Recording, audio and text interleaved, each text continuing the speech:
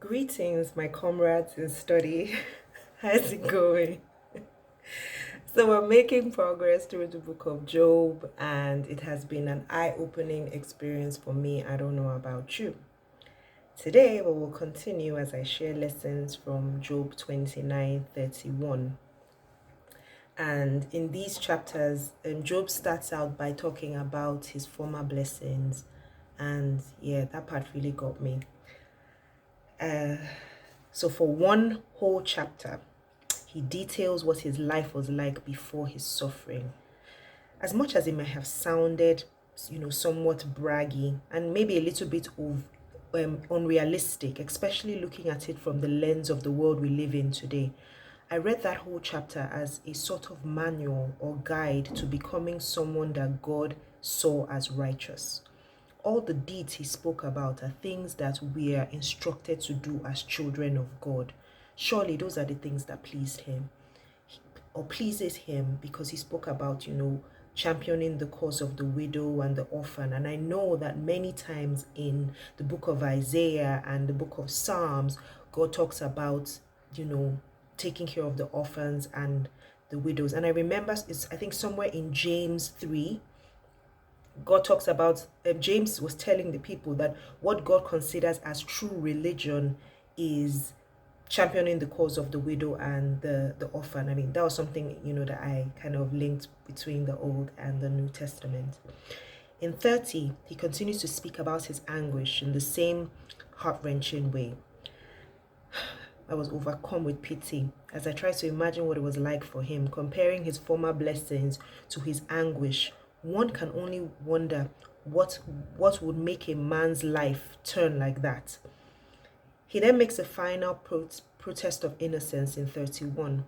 In this one, he references the sin of the lust of the eyes, a shameful sin according to him, which he is not guilty of. He makes several very strong statements to back his claim of innocence.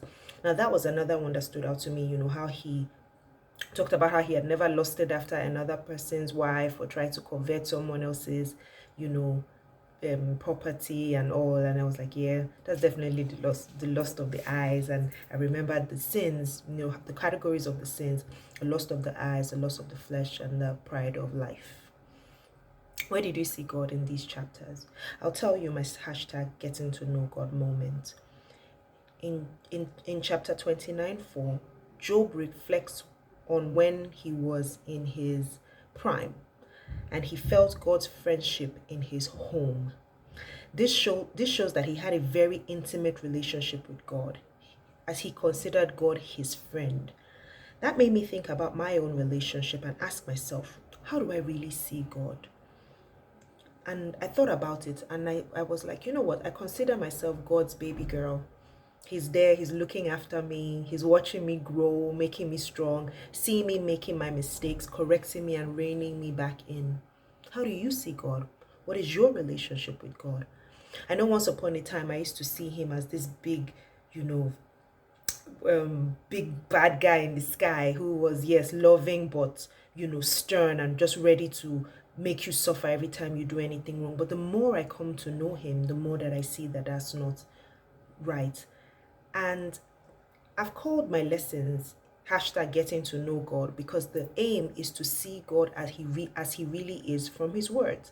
So from this lesson, I concluded that our relationship is still growing and evolving, and the aim is to try to get him to know him better through his word.